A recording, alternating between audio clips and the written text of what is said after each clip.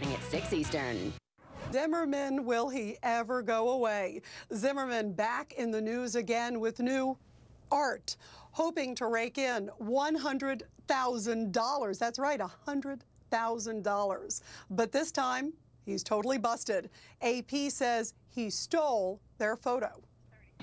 And then there's George Zimmerman. Yes, he paints. He's an artist. We use that term loosely. It's a way for him to express himself. The first painting reportedly sold for over $100,000. Now reports George Zimmerman is back for more. Apparently in some trouble again. This time, the smoking gun might actually be a paintbrush. Zimmerman ripped off an AP photo to make this portrait. Could this piece of artwork sink him? And let's go to Deborah Roberts. She's an anchor and reporter with Florida News Network. Deborah, fill us in on this latest wackiness of George Zimmerman. Well, apparently he is so deep in the hole with his legal bills, reportedly at least $2.5 million in debt just to his defense team, Mark O'Mara and Don West. So he's unable to find a job. He needs a therapeutic outlet, so he started painting pictures, selling them. And as a former art major, I can say I'm not too happy about someone like George Zimmerman making over $100,000 for what's basically paint by numbers. How many pictures has he done so far, Deborah, and when did he start doing this? This is his second painting that he's just released, and over the last several months, he says he's unable to go outside, of course, because of his notoriety. He's unable to get a job, and so painting has offered him a therapeutic outlet and, quite honestly, a way to start paying his bills. So I guess in between the accusations of the wife and the girlfriend, let's just paint a little picture. Clark Goldband, what else do you know? Well, Rita, I don't know much about art, but I can show you both of the images behind me, and you and the viewers can decide for themselves. Now, take a look. Here is the painting. You see it here. I have this much respect for the American judicial system, and on the bottom of that, it says Angie C. Of course, Angela Corey. Now, this is an image of Corey taken at the press conference when she announced the charge against George Zimmerman. Now, take a look at the screen behind me. This is a photo of Angie C., or prosecutor Angela Corey, taken at the press conference when she announced the charges. Now, when you split the screen, there certainly looks to be quite a few similarities. We reached out for comment to both the Associated Press and the photographer who snapped the photo. The photographer says he knows art, this isn't art, and he's not happy that his image was used. The Associated Press says it is clear that George Zimmerman copied an Associated Press photo. So, both the photographer who works for the AP and the AP not happy with these images. Was this a copy? You decide for yourself. Well, they sure look a lot alike, and I don't know art that well, but I can tell you that looks like a pretty good copy there, Clark. Let's go to Andy Kahn, victims advocate with the city of Houston. You also coined the term murderabilia. What's your reaction to this, Andy?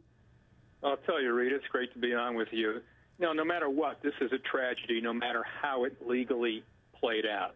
And the fact that Zimmerman is now profiting off of his relationship to the case is just absolutely mind-boggling to me.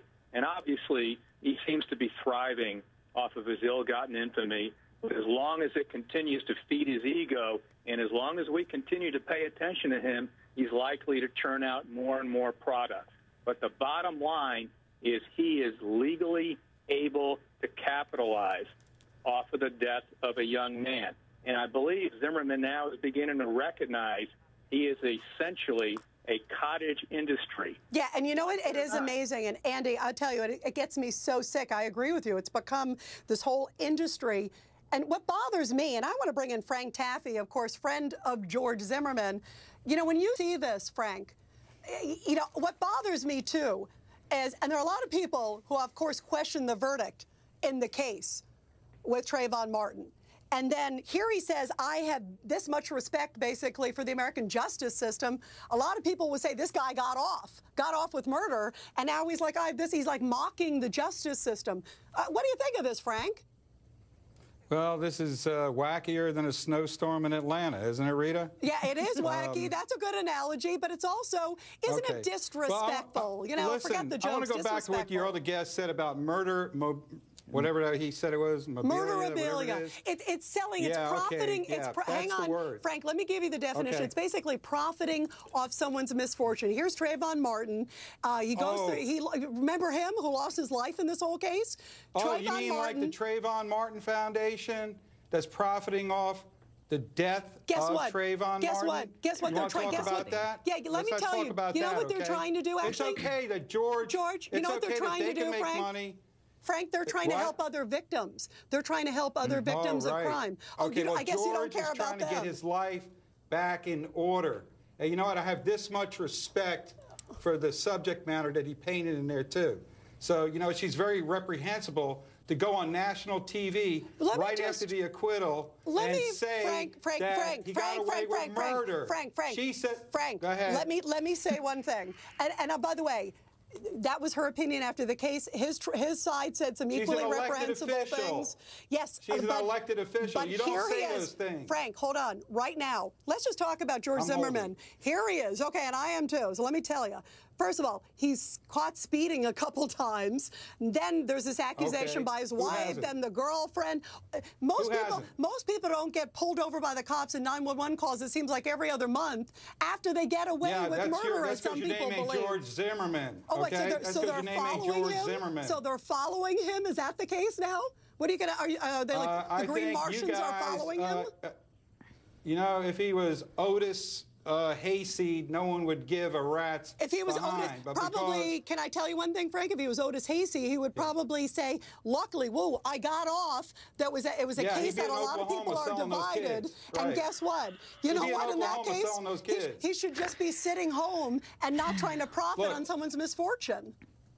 Okay, let's look at it from the Trayvon Martin Foundation. They're making millions, okay? Right. And you know what? And you know what they're trying to do? They're trying to help victims. Zimmerman can't get a job. He just can't walk down to an agency and say, "Here I am, folks. Hire me." So what is he going to be? Is he going to be the next Vincent Van Gogh? You get real. Is he going to be next Vincent Van Gogh? You know what he should do? Let me just tell you something, Frank. Hold on one sec. No, what he should do, Salvador Dali. What he should do is use the proceeds. I'd have no problem, by the way, if he did this and then gave the proceeds to maybe the Trayvon Martin Foundation or another foundation that's doing great work.